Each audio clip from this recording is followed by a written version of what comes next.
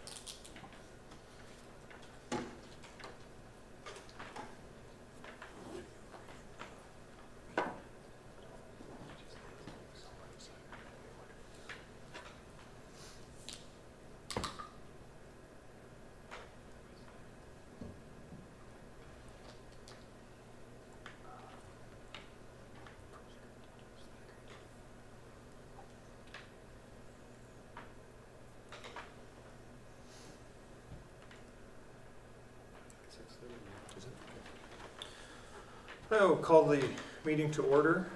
Please rise for the Pledge of Allegiance.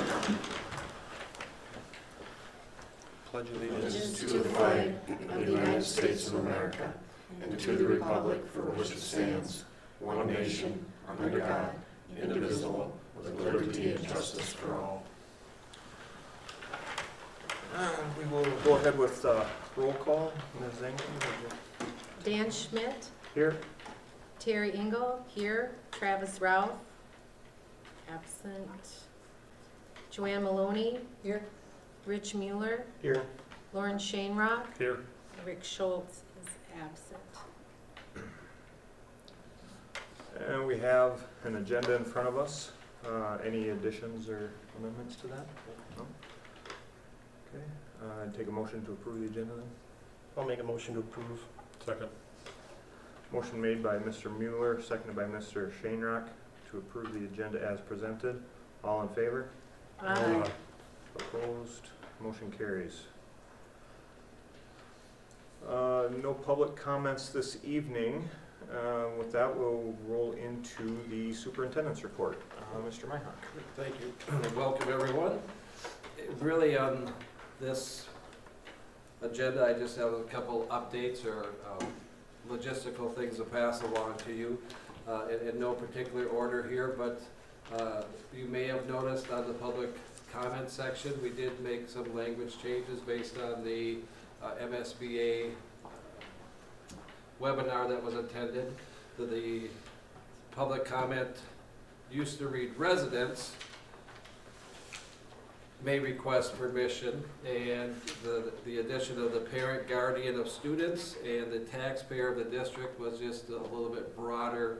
If we have any open enrolled students into the district, again, they're open enrolled so they wouldn't live in the district, but they would have the right or the ability to make that request. And then also if any landowners or taxpayers that live or reside out of the district, same type of premise, that they would have the ability, the right to make that request to speak. So again, coming from the recommendation of the School Board Association.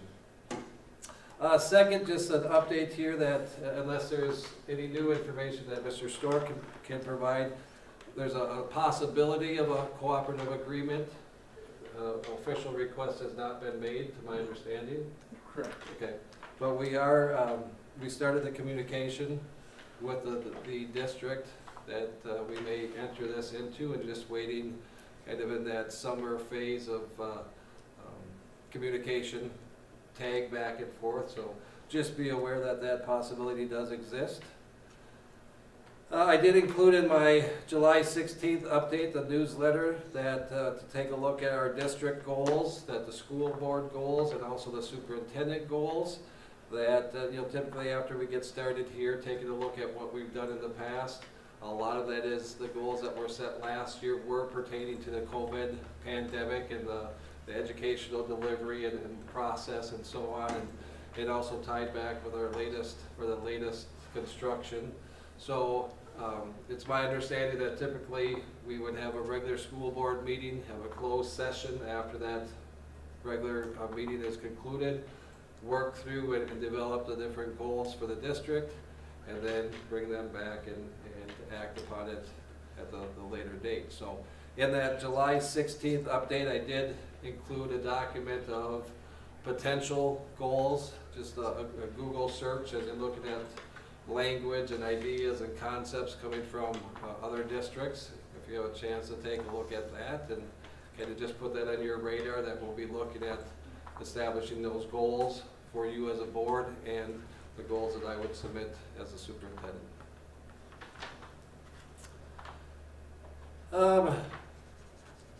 Just an FYI again, you're going to be seeing a lot of information, or maybe hearing about a lot of information that we'll push out from the district and from the two building sites as well on the educational benefits forms. That next year, as we know, that lunch is free for all students, and the educational benefits form is still very important for us to collect. The benefits that the students or families and the school district receive is based on the applications that are turned in.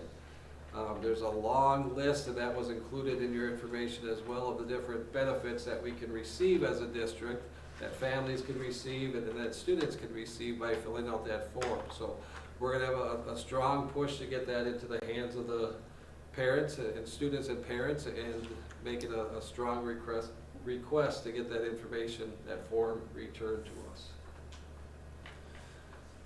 And I wanted to give a quick update.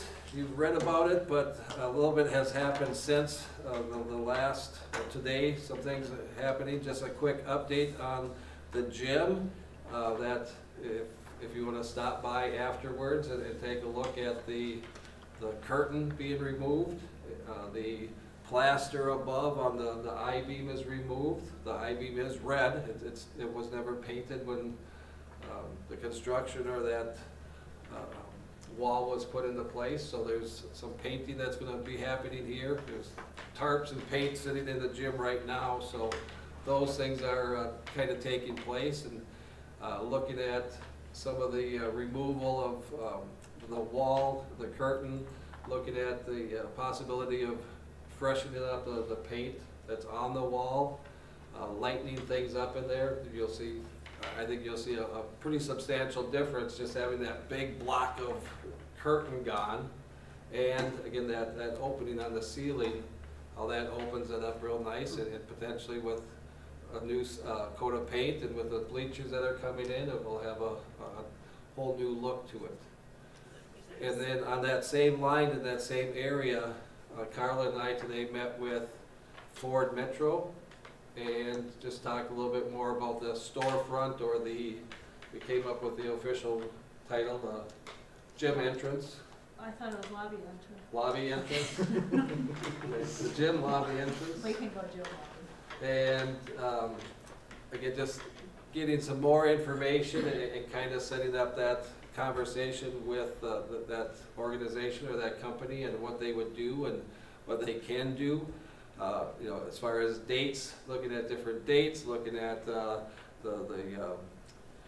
tearing down of the current structure, what has to be put up in place for a day or two as they're, you know, making things happen, and we're gonna get more information and kind of an updated quote from Ford Metro, and that would include the demolition and the hauling away of the material, but also looking at some different designs and the doors and whatnot. So that's taking place right now and moving along.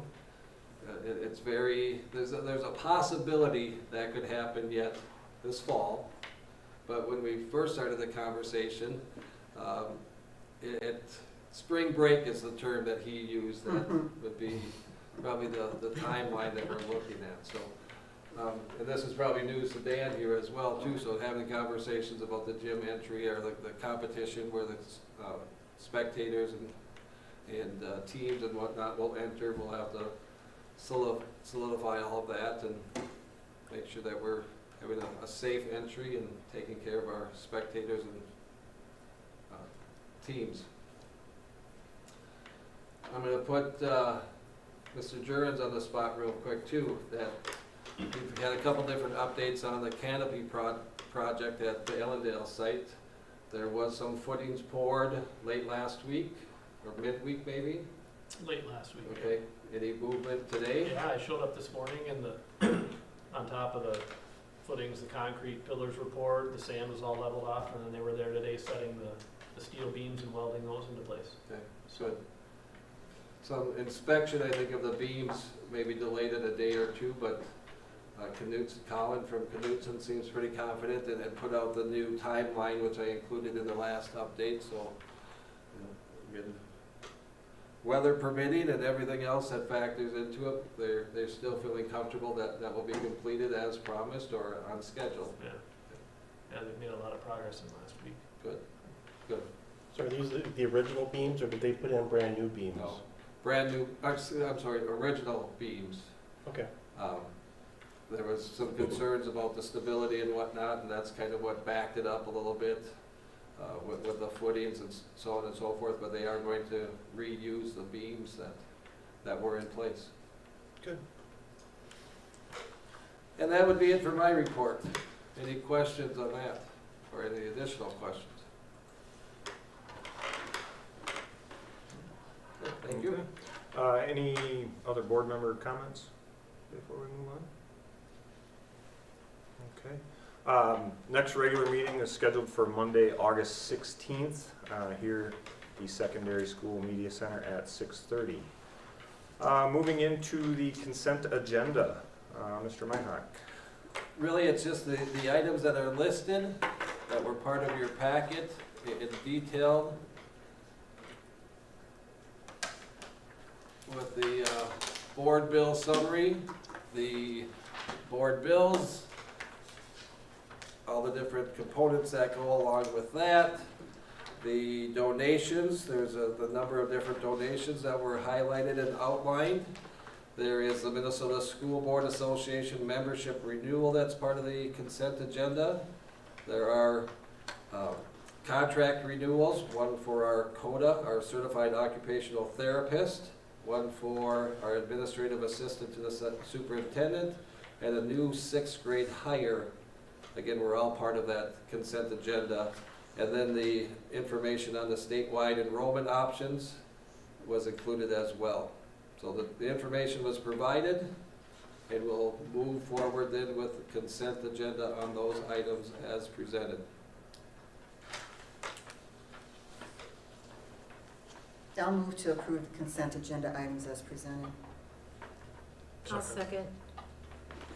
Motion made by Ms. Maloney, seconded by Mr. Shainrock, to approve the consent agenda items as presented. All in favor? Aye. Opposed? Motion carries. Moving on to the, looks like we've got the Student Achievement and Support K-3 Literacy Plan for 2021-2022. Mr. Meinhock?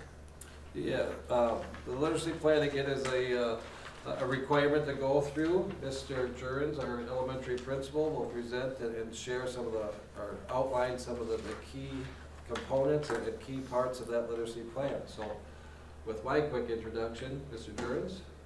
Well, and this was largely done when I got here. So between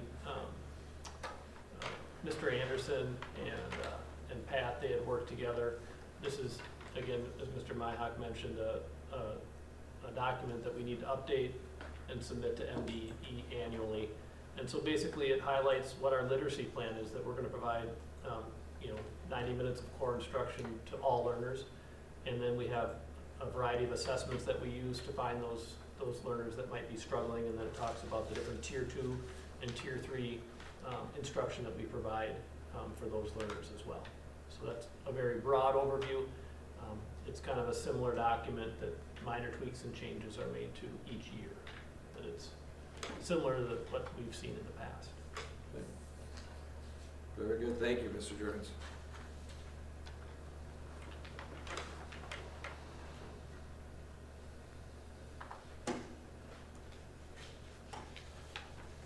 Any questions or anything on that? I just noticed that when I read it, they were saying that they use FAST and STARS for the data, but I was told that they're going totally with STARS next year. And yeah, if that is, you know what page that's on? Because we would want to get that out, because yeah, we are not using FAST anymore. It's on the first page, the second bullet point, where it says parents are notified of student progress. It says, in grades K through 2, students are also assessed using the FAST learning program. Is that something they're still gonna use, or No. I thought everything was STARS. It is. I must be on a different document. She's probably looking at our letter and possibly, If not this. yeah. I'm on this. Oh, okay, so I don't know what that is.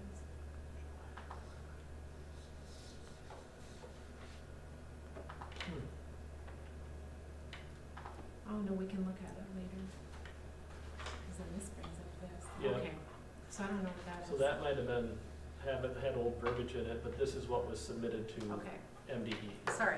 You know, I'm sorry that was on there.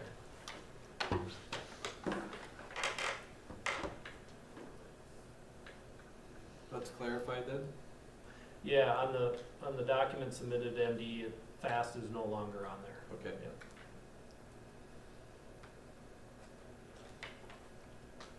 Any other discussion on that? Otherwise, we'd entertain a motion. I make a motion to approve the K-3 literacy plan for 2021-2022. I'll second. Motion made by Ms. Engel, seconded by Ms. Maloney, to approve the K-3 literacy plan for 2021-2022 as presented. All in favor? Aye. Opposed? Motion carries. We've got a 2021-2022 resolution for membership in the Minnesota State High School League. Mr. Myhoff. Yeah, again, this is a yearly requirement, dare I say formality, that Mr. Stork, our activities director, will present the information as required, and looking at the membership of the Minnesota State High School League. I believe that you're familiar with it and used to the video that goes along with it, that will include that in the presentation as well. I don't know where you want me necessarily.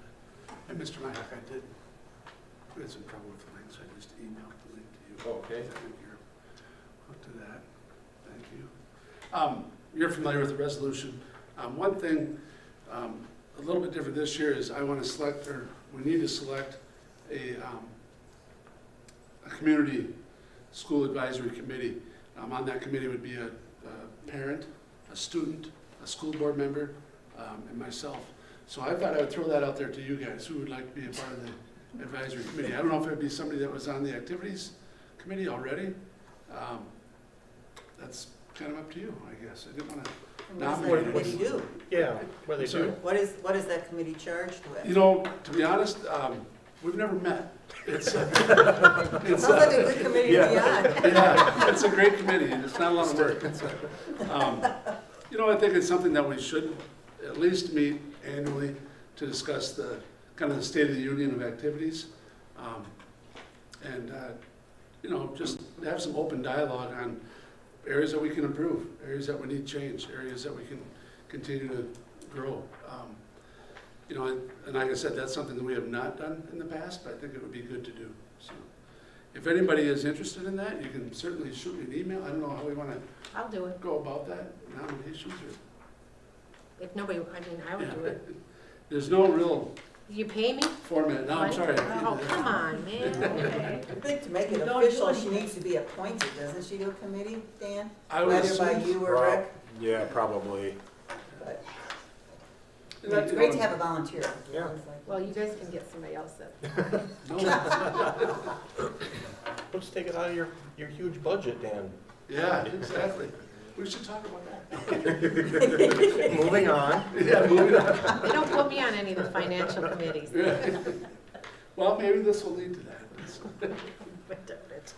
What did you say you needed for that committee? A parent, a student, board Uh, member? Board representative, myself will be on there. Okay. Yeah. And then we, like I said, I'll schedule a meeting probably early in the fall. And we can sit down and evaluate. And maybe after that, we try to, I think it would be best to probably have our meetings towards the end of the year, kind of review how things went for that year, any changes that we're looking at for the upcoming school year. But I think it would be good this year to start off with one in mid-September sometime to discuss that. Sorry, that video here. No, that's all right. We'll get there. Oh, it might be easiest just to go to YouTube, yeah. And it's MSHSL, why we play. Probably can recite it by heart. Yeah, exactly. It was new last year, though. It's pretty exciting.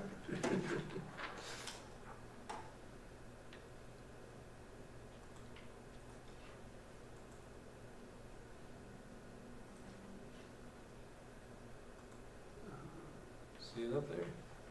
I don't see it there. It should be with this guy's face right here. Oh, you're on that. Yeah. That's right. I think if you just go to YouTube and then type in. Is this the time of year when we find out how much it's gonna cost us to be a part of the high school league? I recall last year there was some Sticker interesting shock. discussion and increase. You have to go to, once you're in YouTube, then you have to go to MSHSL, why we play. I believe that's the. Sorry. Oh, Surely the high school league won't raise it another 300%. There we go. Well, Writing's not that easy, but Grammarly can help. This sentence is grammatically correct, but it's wordy and hard to read. video, I can discuss our membership after the video or something.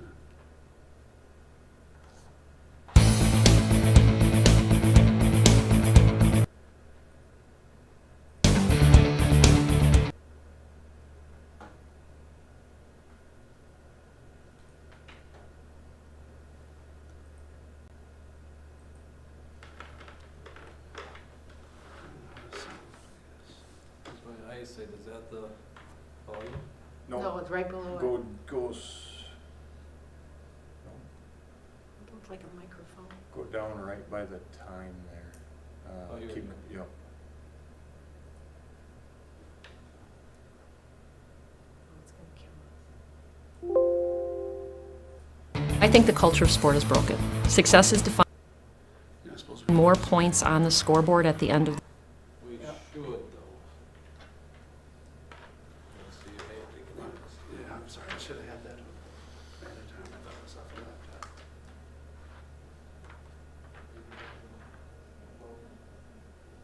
Oh, we can't hear it up here. Oh, it's on the live stream. It's not on the. You guys want to watch the live stream?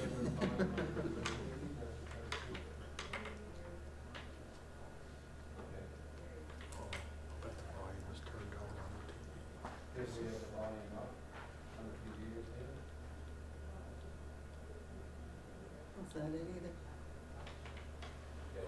We got it up pretty high. You have the- Yeah. Hit the volume. No, it's not. No, I don't think that's gonna even help, because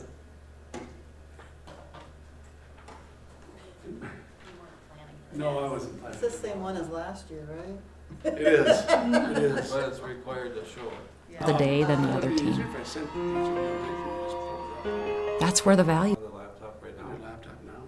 Well, Because they're hearing it live stream. Yeah, yeah, but the video's very choppy to the live stream, Really? yeah. Mm. If I have all the right things clicked here, volume on the TV is up. Yeah, but it's a whole different beast when you're playing a video through the live, yeah. So let's go to that plan, Dan. I'll forward this to the board. Okay, I can too.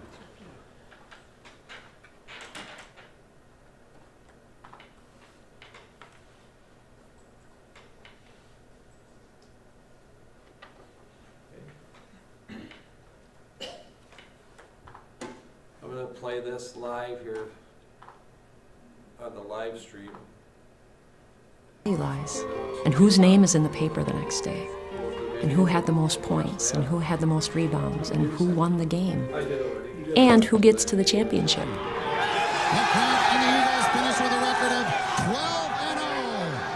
It's the reason why we do it. The Minnesota State High School League's Jody Redman is passionate about developing the human potential of students. She's leading a national movement to reclaim the purpose of sports. The pressure to win, and sometimes at all costs, is significant. Kids feel it. They feel it from their coaches, they feel it from their parents, they feel it from their friends. They feel the pressure to be able to win.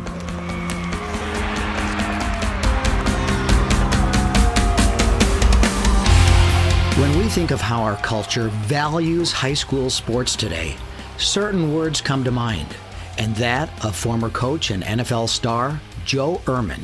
Destructive, Expectations, regressive, trophies, ooh, win at all costs. lack of value, Win at all lack costs. of value, yes, yes.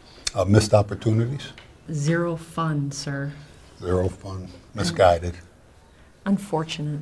unfortunate, sad. When we look at education-based athletics and what a trophy means, I think it's about the experience. It's about what did we provide those students that was life-sustaining through trying to get the trophy. Today's student athletes feel the pressure to compete at a high level, so they drop out of sports. 70% quit by the age of 13, and they miss out on a big educational benefit. There's a University of Kansas study that draws a correlation between kids who participate and are involved in high school athletic and activity programs. Students that are involved in those activities do much better academically than students who are not. The research shows that the reason for that is school connectedness. It's been amazing what we've learned. 5 years ago, Mounds View High School began to survey their students, asking what they really get from being involved in the school's athletic and activity programs. I was shocked to find out that our coaches and advisors are equally as important in the lives of our students as our teachers. It was a game changer for us. Our whole district, where we're going and how we value activities, it's not after school. It's a part of the educational process. It is no longer an extra. We've defined that, and it's something that we value every bit as much as what they do during the school day. The purpose of high school athletic programs is not to develop college or professional athletes. In fact, most students, 97%, will not play organized sports after they graduate. Instead, these powerful mentors we call coaches have 4 years to make a difference in kids' lives, to teach them life lessons that will help prepare them to be successful in life. I will be honest, our goal is to win. Our goal in many sports is to win a state championship. Winning has a place, and there is value in learning how to win. However, that's not our purpose. Our purpose is to enjoy that experience, enjoy their teammates, enjoy their coaches, and learn from whatever took place on the field or the court or on the ice on that given day. Our purpose isn't the score at the end of the game. The purpose is the growth and development that comes through trying to achieve that win. 3 objectives I have. I want them to be a better baseball player, a better teammate, and a better person at the end of the year. We're working with coaches to develop their own purpose statement. So why do I coach the way that I do? It comes because I had a couple coaches in my life that touched me and changed my life. Joe Ehrman has been called the most important coach in America and a leading voice for change in how we coach our kids in sports today. Why do you coach? Is it about you or is it about your players? Yeah, transactional coach is basically a coach that uses his platform and position for his own self-edification, for his own identity, his own empowerment at the expense of the development of their players. It's kind of, if you meet my needs, my demands as a transactional coach, then I'll give you playing time, I'll give you praise, some kind of plaudits, but it's basically using young people. As a child growing up, I had a lot of transactional coaches when I was younger because I was a very talented kid. Once I got to high school, my head coach, I didn't have a dad, so my head coach was my dad.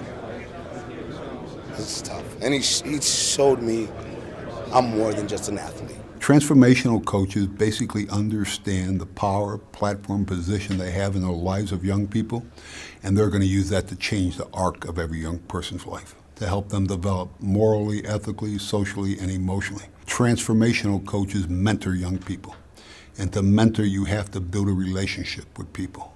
Transactional coaches do nothing but monitor young people. They move them from drill to drill, season to season, no relationship, no contact. When I first started coaching, I only had one goal, and that was to win at all costs. And I don't use that term lightly. I know how it sounds, and I'm not very happy with who I was as a coach then, now looking back. To be a better coach, you got to be a better you. And now our focus is much more on what I'll call trying to build a team family within the chemistry of our individual teams that I coach, and trying to find ways for our athletes to grow as people. Get excited, can't wait, let's go. Every day, Coach Troy Kors works hard to keep his purpose alive in everything he does, and he's helping his team's student athletes to do the same. Good. Nice. What 3 words would identify you as an athlete? This is completely you as an individual and what you want to get out of the sport. Family. Okay, how come? Because you basically feel like a family. You can go to them for anything. They'll help you with anything. The word I chose was friendship. I like going to track practice, hanging out with people I know, and just getting to know them. Go! I chose responsibility because I feel like you have to be able to rely on others, and you have to be reliable yourself. So I'm going to take 5, you have 6, you have 7. I grabbed 3 words as well, and mine goes like this. I coach to create positive relationships with my athletes so they know I care about them, while striving to be an authentic leader who they can trust as we both work together to discover joy in our sport and through competition. That was a good time, though. 13.65. Thank you. Nicely done. Well done, well done. I'm mostly in track just to have fun. Just because I'm not the best doesn't mean it's a problem. Well, the big group's kind of like family to me. For me, it looks like we're enjoying ourselves more. The idea of sharing in something and enjoying each other's company and being a part of a sport we love to play. And for me, that's been the biggest change I see. For a coach to withstand the pressure of the current win-at-all-cost sports culture and to truly be invested in transforming the lives of students, there must be support. Support from school leaders, parents, and the community. For this to happen, we must want more for our kids than just wins, losses, and a good performance. We want to give them more. We want to give them a significant experience that's going to help them develop into people that are going to live in our community. We want to give them a way of being successful that will sustain them throughout their lifetime, not just until the season's over. So we have to align school communities around this idea that we are purpose-based, we're education-based. I want school boards to reclaim sports in the name of education.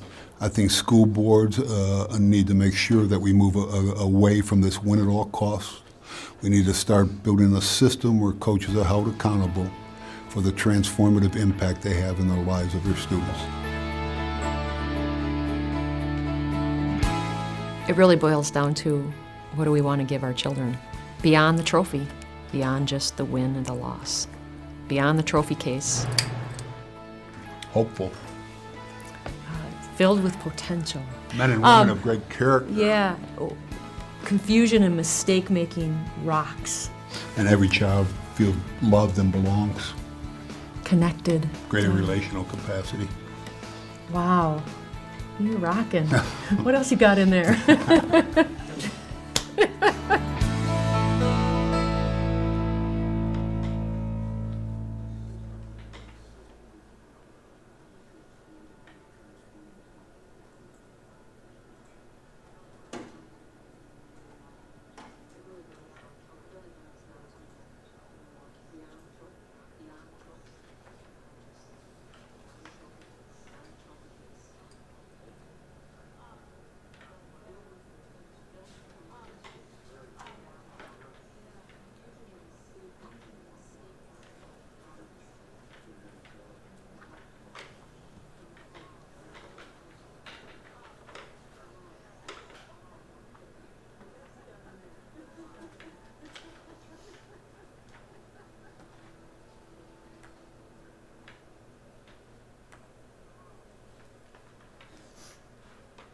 Looks like the Plan B method is, some of you are getting done. Done. Done. Good. All right. All All right, right, thank you. Sorry about that, guys. No. I thought we would be able to just play it on the computer and go. It's, and to your questions, Wayne, the cost of joining the high school league has significantly increased as to what it was in prior years, not last year necessarily, but last year obviously was a shock when we had the COVID payments, which totaled, I think, just over $7,000 for our district. This year, the costs have still increased significantly from where they were. They've just kind of reworked how we're being charged to join the high school league. Originally, 2 years ago, it was $95 per activity to join the Minnesota State High School League. That cost has gone to $225 per activity to join the State High School League now, as well as a per student charge of right around $6.57. Our total cost this year to join the Minnesota State High School League is $6,726. So it's still significantly more than what we've paid in the past. I can't really give you the specifics as to why or what the state of the high school league is right now. I can tell you that a number of districts, we've talked about it as ADs, I know superintendents have talked about it. There was a small group of schools that last year said, we're not paying this, we're not doing this. And then the high school league said, that's fine, now you're not in good standing with the high school league, so you're no longer members of the high school league. And if you are a member of the high school league, you're not allowed to play non-high school league membered schools. So they would not be able to play anyone else. They'd have to compete against each other, I guess, and it was a pretty small group of schools. Those schools, to the best of my knowledge, have all said, okay, fine, we want to be in good standing with the high school league, and have since rejoined the high school league and are joining again this year. The ADs that I've talked to within our conference and our region, I don't know of any schools that not joining the high school league. Again, I can't give you specifics as to the financial state of the Minnesota State High School League, other than I know there's been tremendous revenue lost with the not holding state tournaments, which is the big revenue generator for the high school league. So that's where we're at with that. We are registered right now. I don't know that a check has been sent yet. We haven't been. Did you say $6,727? 26. So pre-COVID it was 2,200. Pre-COVID was 2,200. Yeah. So it's gone up quite a bit. No, and a check hasn't been sent. Yeah, I haven't seen an invoice. we haven't been given an invoice from the high school yet. I have to go on and register for those activities in June, and then invoice the high school after that. So that's where we're at with the resolution in front of you. That would be asking to join the high school league, and we would be invoiced that $6,726. Any questions about that? Anything I can answer further or try to answer? Hopefully, after a little bit here, we get back to where we once were, I guess. Keep our fingers crossed. Yeah, exactly. We'll need a motion on that to move forward. I'll make a motion. Reluctantly, but you know.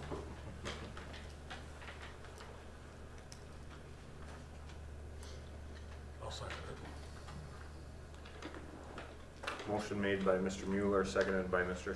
Shanerock, to renew membership with the MSHSL for the 2021-2022 school year as presented. All in favor? Aye. Opposed? Motion carries. Moving on to the Student Activity Conduct Code, MSHSL Eligibility Policy 205. Mr. Myhock. Yeah, our activities committee met and with Mr. Stork, and Mr. Stork will provide additional information as well. But you know, basically at this point, our activities throughout the district, if it's fine arts or athletic activities, are very consistent or spot on, exactly consistent with what the State High School League recommends for eligibility and under the eligibility policy. Except for the chemical use policy that we had in our district. Our district was double that of the recommendation from the State High School League, and we're making the recommendation to follow the State High School League's recommendations throughout, understanding again that student participation and grace and understanding is a big part of what we're doing, and you know, the business that we're in education, and also to be consistent across the board with the State High School League recommendations. Any additional thoughts or comments? Very well said. Why did we ever double it? I'm not sure. That was long before I was here, I guess. Okay. I just No, I would wondered the history on that, I don't know. And then I think when it was first approached and explained to me that our first violation is, again, quite a bit different than the State High School League. It's consistent with the State High School League, again, except in that one category. I think my first reaction was, okay, that's fine, you know, that we stand very firm and strong on that. And the reality is, again, that the whole purpose of the policy and the kind of the criteria is not to be punitive. It's not to sting a student. The whole purpose of what we do and everything that we do is to teach life lessons and to educate and to again, kind of move on and learn from the environment and potentially learn from the mistakes. So again, why was it moved that way? Again, I don't have the answer to that either, but an initial glance, I can see the value of having a strong stance on it, but I definitely support the recommendation that we're looking at across the board with the State High School League consistency, and again, understanding that we're not being punitive. We are working with the students to give them the best education and the most opportunities as possible. And unfortunately, the practical results, if I recall the committee discussions accurately, Dan, correct me if I'm wrong, was that in some instances, if you got caught a second time and you're out for 8 weeks, they're just done. They're done with activities forever. They just throw in the towel and they walk away. And that's not what we're trying to accomplish here. Good point. Right, very accurate. A very good point, Joanne. And I should mention too, we did meet as the activities committee, myself, Mr. Myhock, Mr. Bond, sat down on July 1, I believe it was, and discussed this. And those are some of the things that we discussed, was that what we're seeing is kids just withdrawing them. And And that's, like you said, that's obviously not our goal. We feel it's better to be involved and to be a part of something. And, I think it's something that our coaches, our advisors need to do a really good job of communicating those concerns out to their participants and trying to curtail it. But don't know that the policy in place was having the effect that it was intended to. Do other schools, in our conference, in our section, whatever, do they have that same policy, the double, or do they just strictly stay with what the high school league says? I can't speak to our entire region too, but our Gopher Conference sticks with the Minnesota State High School League policy. I think we were in the minority. Right, correct. For the area. So how many incidences have we had where that rule came into play? Well, the first violation of bylaw 205, typically, like this year, for instance, I think we had 4 incidences. A typical year we'll have 2 to 4 to maybe 6. It just depends, I guess. Each year is different. 0 would be ideal, but it's, haven't had that yet since I've been the activities director anyway, I guess.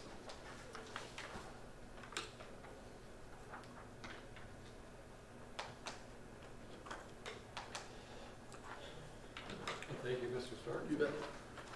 Be looking for a motion on that unless there's any further discussion.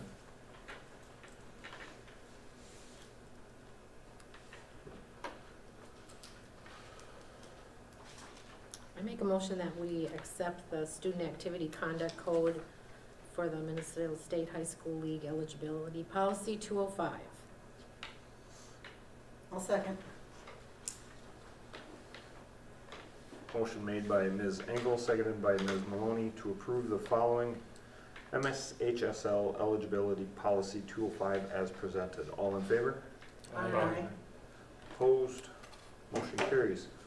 And one last thing in the activities then is be the athletic handbook for 2021-2022. Okay, and again, we'll ask Mr. Stork to give us a summary or point out some key points of the handbook. Sorry to be taking up all their time.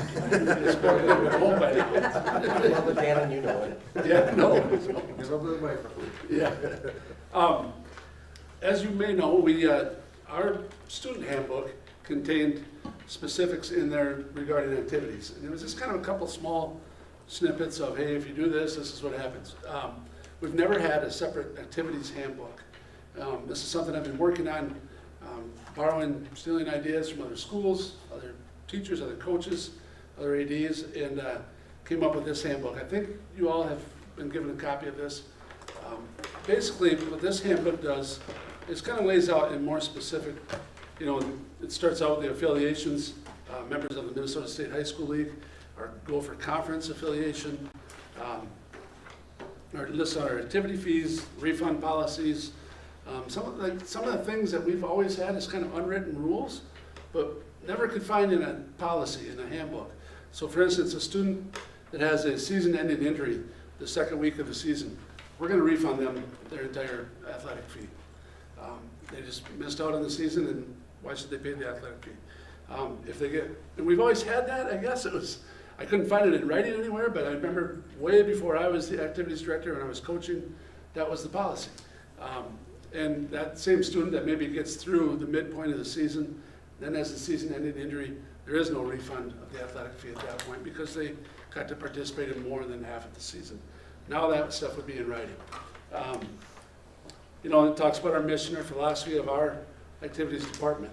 It talks about goals of the activity department. And if you watch the Why We Play video, obviously our goals are quite a bit different than our purpose. Our goals, sure, we want to win games, we want to win championships. We all want to jump back on the buses and go back to Minneapolis and watch the kids play basketball or wrestle or whatever it might be, the state tournament. But that's not our purpose, and some of that is spelled out in here. It talks specifically about our athletic program designs. Now, granted, myself as activities director, I do not govern elementary activities. It's funny because I think most people assume that I do. I get a lot of phone calls on that stuff. And I always tell them, no, not my department. But So basically I just want to encourage our coaches in our high school activity programs and our junior high activity programs to work closely with those elementary programs. In some cases, our coaches are very, very involved in those programs and help organize them and run them. In some cases, it's not. It's more of a club activity that is completely separate from our school programs. But we still want our coaches to kind of, share their philosophies and their wishes with those programs. So it's not a win at all cost elementary program. It's a let's build participation program.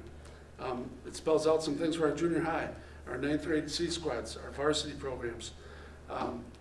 So that this is all in writing, and this will be handed out to parents at our August 12th meeting here to start the school year. We have an annual rules meeting, and they would see this and say, okay, so the emphasis in junior high is on interscholastic competition. That's the first time we're going to put your kids on a school bus and bus them to other conference schools.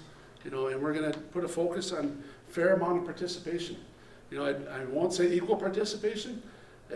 We had a school district in our conference that did that once in a handbook. And the first game they went to, they looked up at the stands and there was a bunch of parents with stopwatches going, wait, that kid played 37 seconds more than my kid? And whoa, that's impossible to manage that. So that was a mistake. But we do want to, and we've always said this to our coaches. I've always sat down with our coaches and said, look, we want a fair amount of competition, from junior high through. Everybody should get to play. Varsity sport might be a little bit different. There might be times where kids don't get that opportunity to play. There is a postseason event that you're preparing for. There is playoffs. There is state tournament. And all of our lower levels, we don't have that. There is no state tournament for junior high basketball. You might hear that there's the, MYAS state champions in 5th grade and all that stuff. None of that is school sponsored. That is all club stuff. So we don't encourage state championships in junior high. If clubs want to go do that, that's their business. But we're about participation and development of skill and team bonding at that age, especially. But this would help spell that out. And I don't need to read through this word for word. I'm sorry, but academic eligibility, that would also be a change according to this handbook. And I want to make sure that I'm transparent with that. Again, we sat down as a committee and thought, wow, we're making these changes to bylaw 205. It seems odd that we wouldn't look at this as well.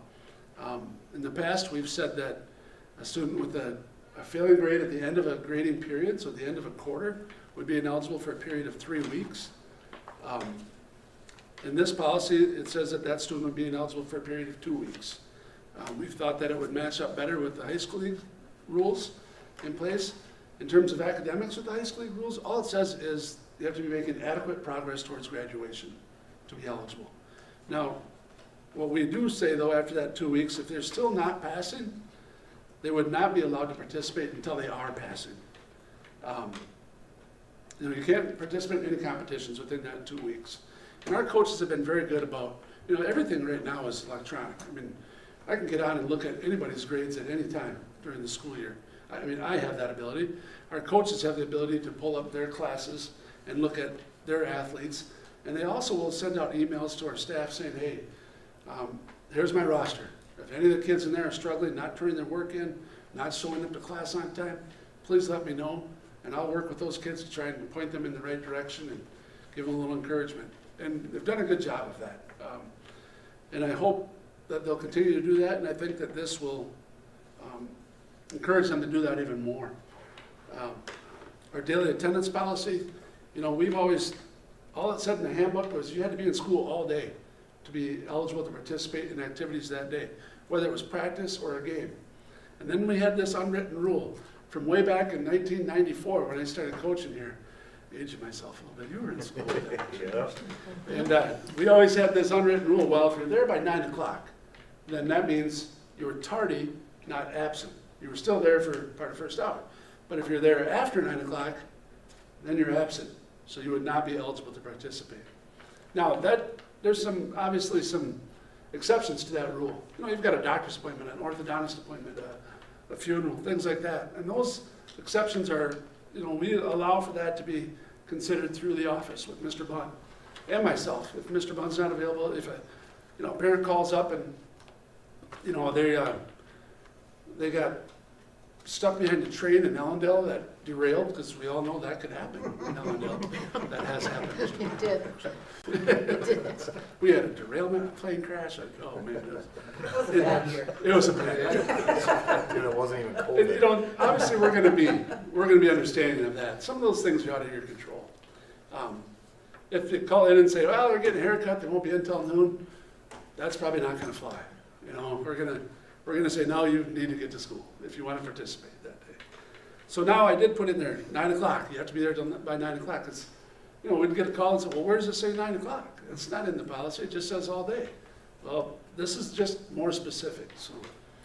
And then again, you'll see that what we just talked about, the Minnesota State Ice League eligibility, Category 1 activities, all your athletic teams, things that we build a schedule for, that are state high school league sponsored activities or Category 1 activities. And it just simply says, refer to the high school league athletic eligibility brochure. Every student, athlete, and parent have to sign that form before they're allowed to participate. If that form isn't signed, they don't get to participate. So we're gonna tell them, you have to read that, and you have to know the rules. And also, on that August 12th rules meeting, I sit down and go through these rules with them. I'm sure some of you have unfortunately had to sit through that. And listen through them. Yeah, I apologize. But I go through those rules and I make sure everybody understands, look, if you have a violation of bylaw 205, this is what happens. But again, they would say that here, so. It goes into. Clarify one thing here too with the Sure. band and choir. Again, understand that there's co-curricular activities Yes. in band and choir, but there are extracurricular activities with solo ensemble. Yes, Probably thank you solo for pointing that ensemble. out. Right. Right, that would be state high school league sponsored. But Right. band concerts, a student cannot, because that's a co-curricular, that's a classroom activity, it's not under this category. You know, if we tell a kid you're gonna miss 2 events, 2 activities, or 2 activities, whichever is greater in band, now you're missing a co-curricular classroom activity. And we only have a few concerts a year, so they might be missing out on a lot. So that then would be referred to high school principal and activities director. We would sit down and say, okay, let's look at this situation individually and see what we can come up with here to try and point this student in the right direction. And that is according to Minnesota State High School League rules as well.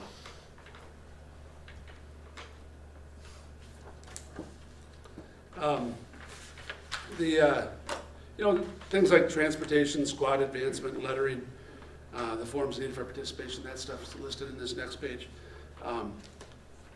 You know, just so you guys know our stance on it, you know, and we've, obviously, you're well aware, I'm sure, we've had junior high kids that have played at the varsity level. That's happened for a number of years, you know.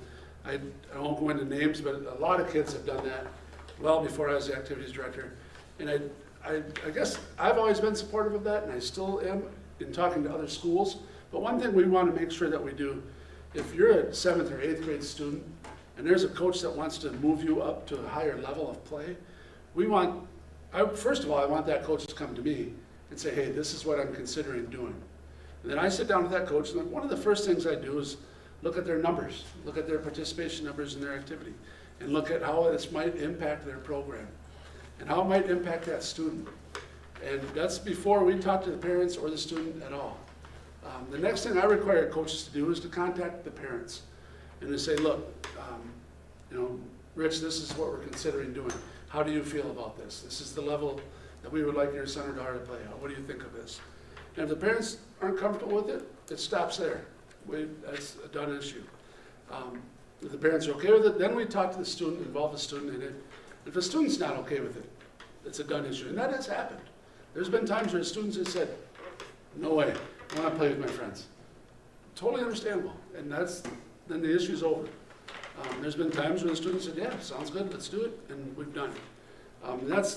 Just want you guys to be aware of that. That's in here. It talks a little bit about that. But that's always been our policy. I do want to back up to, we've always had a no-cut policy. It's kind of been unwritten.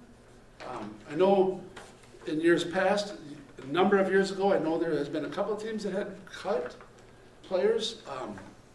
And the tough part there is, I'm not comfortable with cutting. There is one program in our district where we have tryouts for, and that's sideline cheerleading. And that was simply because of the restrictions that schools have for space. And you can't have 35 cheerleaders standing there cheering at a basketball game. There's just not space for it. Unfortunately, our numbers are low enough now where we're not doing tryouts even. If you sign up for it, you're making the team. But the other sticky wicket there is for certain sports, like say basketball, for instance. Basketball, you can dress 18 students for postseason play. So if you have 21 students on your roster, come playoff time, 3 of those kids no longer get to dress for that varsity sport because that's the Minnesota State High School League rule. We simply can't do it. And I would much rather give those kids that opportunity to participate throughout the season, be a part of that team and that program, but let them know at the beginning of the season, let everybody know at the beginning of the season, hey, at the end of the season, we have to reduce this number down from 21 to 18, or maybe from 19 to 18. And just let everybody know that that's where we're at with this. And oftentimes, if that has happened, those kids have become managers for the postseason play. But I think it's important to give those kids the opportunity to be a part of it throughout the regular season. So that's what you would see in here as well. There is a section in here for parents. The parent section basically just talks about sportsmanship, appropriate behavior at all times, how to communicate with your child's coach, some things that are okay to communicate about, some things you should not communicate with your coach about or question about. It just kind of spells it out there. Hopefully this will make for a smoother process for all students, athletes, parents, families, everyone. Some suggestions on resolving conflict. Kind of a Q&A thing there, some scenarios. And then there's also a coaches section. I always have had a coaches handbook that I give out to our high school coaches that kind of spells out everything in terms of, handing out uniforms, collecting of uniforms, inventory, your expectations of informing the media of stats and scores and those sort of things. This would just kind of go more in depth with that. I would still add that handbook to this for the coaches, but I just thought this is more of a communication to families, and the families don't need to necessarily know which radio stations their coaches have to contact after the games. But so I've tried to thin it down a little bit. But I would appreciate your support with this handbook. I think it would help our activities programs grow in a positive direction. I think it would be more clear and transparent expectations, guidelines, and rules for everyone involved, from participants to parents to coaches to everyone. I think it would be a very helpful tool. So, excellent. Any questions at all? I appreciate the work and effort, the internal research, the external research that you put into it, and having this document is very important. So all right. It does. A couple things that I would mention here too are make sure that I bring to your attention that activity fee on the page 1. There is a family max. Again, that in situations I'm sure you've dealt with in the past, that if financial hardship or activity fees become an issue, we would never let that stop a student from participating. We can find other ways to cover that cost, and we would never have a student miss out because of that reason in particular. But yeah, $130. And we do that. Right. Grant for that. Right. Yep. $130, a $400 cap is important to know. Same page I just put on here too. Again, there is some changes to the conference that we belong to, the Gopher Conference. So it has expanded to 12 teams, new people entering the conference for the first time, some schools coming back into the conference, so a little bit of change on that. I put on there too on my notes just that transportation is one of those things that comes up again over and over, and making sure that the families and the students understand that it is our responsibility. We are pledging to take care of these students from the moment they arrive at school to the moment that they are off and done, or whatever the case is. And so there are those policies such as that really take that responsibility serious, and make sure that the parents are aware and we're following protocol on releasing students after a competition that's outside of our building. And then lastly, a lot of us that, you know, in this room, it could be classroom teachers, administration, board members, we will be oftentimes the first line of communication with an upset parent or a grandparent or guardian or family member, whatever the case is. And really our business, and that is to make sure that they understand kind of this whole resolving conflict approach, that with the student involving the coach, you know, maybe progressing to the activities director, and you know, we always want to listen, we always want to, you know, hear what they have to say, but by all means, it's not our position, especially initially and right early on, to come up with ideas or solutions. That is the responsibility of the player, the coach, the activities director, and so on. So, important information to include in there. So, thank you for that, Dan. Thank you. Hey Dan, I got one question. Sure. And I know you've heard this one before, but with the transportation and the co-oping with Waseca Athletics, do you still gonna allow kids to drive up to those athletics, or how is that working?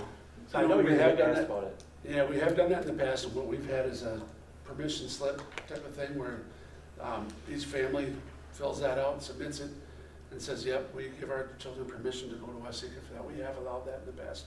And I guess I would recommend we continue to do that. Yeah. So not providing a van or bus up that direction, correct? Correct. Okay. Yeah. And that's consistent with WEM, JWP. We're all kind of in that same co-op with Waseca for soccer, hockey for boys, girls, and gymnastics. We all have the same agreement where if you want to be a part of that co-op sport, it's your responsibility to get the transportation there, and you have to provide the school permission to do so. Thank you. Thanks. Be looking for a motion on the handbook. I'll move we accept the handbook as presented. I second it. Motion by Mr. Shanerock, seconded by Ms. Engel to approve the 2021-2022 athletic handbook as presented. All in favor? Aye. Opposed? Motion carries. Looking at the facilities, we have a 10-year long-term facility maintenance plan. Mr. Myhock. Yeah, this is another one of our state statutes that requires this sort of action and a roll call and submission to the Department of Education or to the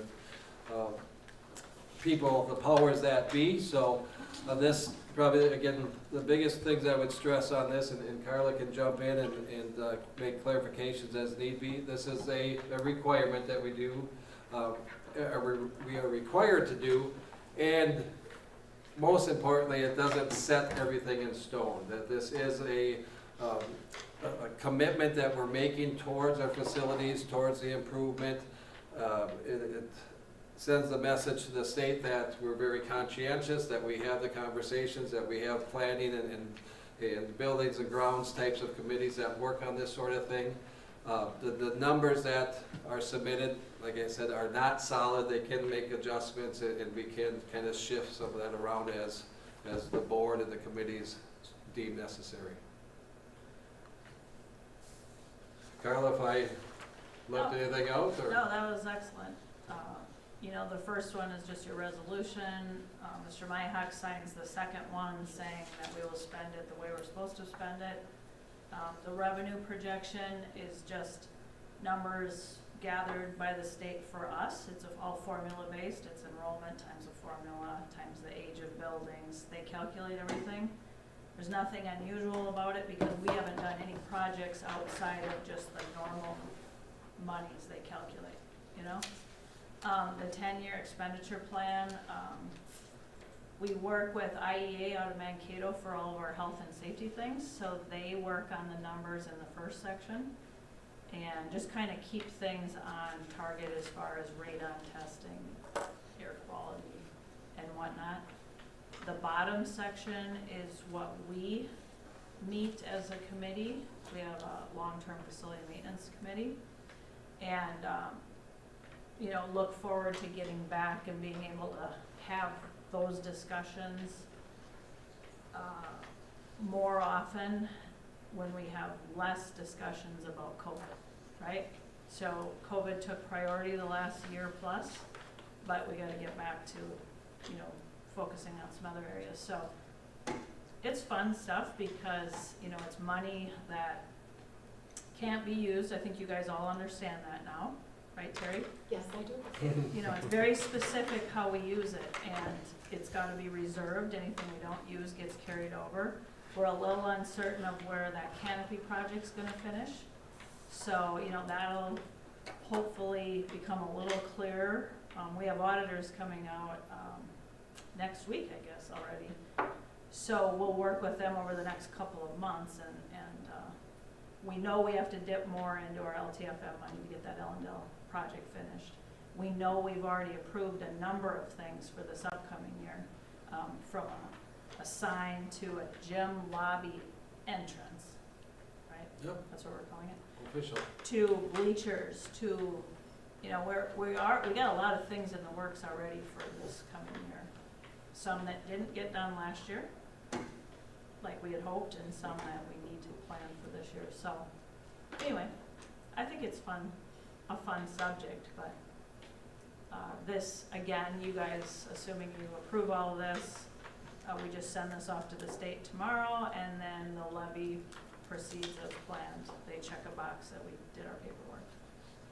In addition to all that fun people have moving numbers and talking numbers, there are things that are, you know, extremely complicated too, as far as ventilation systems and tuck pointing, or is that the right word, tuck pointing? Mm-hmm. And, Right. you know, some of those major things that, you know, we have organizations, we have assistance from different resources available to us. One of the things that we're looking at that Dr. Carlson started the conversation, and you might have been updated or aware of it, a firm, SiteLogic, has been involved in the conversation, and SiteLogic is one of the different organizations out there that helps school develop these long-term plans and can look deeper than the carpet in the media center and the paint on the walls and, you know, that sort of thing that gets into the, you know, real heavy hitting, high expenditure type areas. And having organizations or firms like that assist and guide us is one thing that we're going to bring forward and have a discussion as a committee, and then bring that to you as well as the board to approve or consider for approval, connecting with a firm like SiteLogic or others that are out there.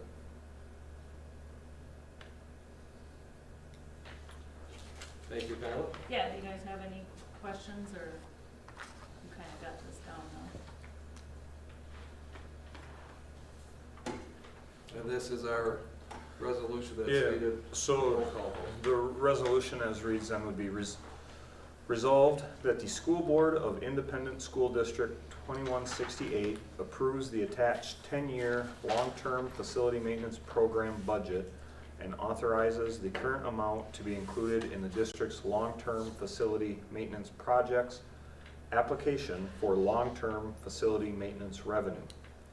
Change in legislation in 2015 requires the school board to approve a 10-year long-term facility maintenance program budget for its facilities to be able to levy for the alternative facilities pay-as-you-go debt service on alternative facilities bonds and health and safety funding for the 2022-2023 school year. I believe we need a roll call vote for that, Ms. Engel. Don't you need a motion first? We need a motion Yes, I'm sorry. first. I'll make a motion to approve that. I'll second it. Moved by Mr. Mueller, seconded by Ms. Maloney to approve the 10-year long-term facility maintenance program budget for the NRHEG facilities to be able to levy for the alternative facilities pay-as-you-go debt service for alternative facilities bonds and health and safety funding for the 2022-2023 school year as presented. Now, Ms. Engel. Dan Schmidt, Aye. Terry Engel, aye. Travis Routh is absent. Joanne Maloney, Aye. Rich Mueller, Aye. Lauren Shanerock, Aye. and Rick Schultz is absent. Motion carries. Moving on to board governance, we have a resolution for the NRHEG Public Schools authorizing Michael Myhock, Superintendent, as fiscal agent with regard to all accounts with State Bank of New Richland.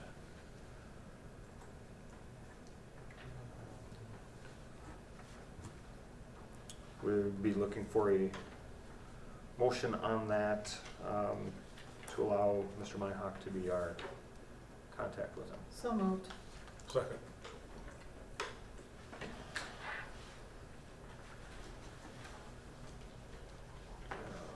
Did I do that right? Okay. So motion made by Ms. Maloney, the following resolution, and moved its adoption with a second by Mr. Shanerock. And that we need another roll call vote. Okay, Dan Schmidt, Aye. Terry Engel, aye.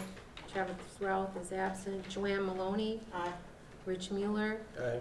Lauren Shanerock, Aye. Rick Schultz is absent. All right. Motion carries, whereupon said resolution is declared duly passed and adopted. And with that, we're at the end of our meeting. Is there a motion to adjourn? So move. Second. Motion made by Mr. Shanerock, seconded by Mr. Mueller to adjourn the meeting. All in favor? Aye. Opposed? Motion carries. Meeting is adjourned.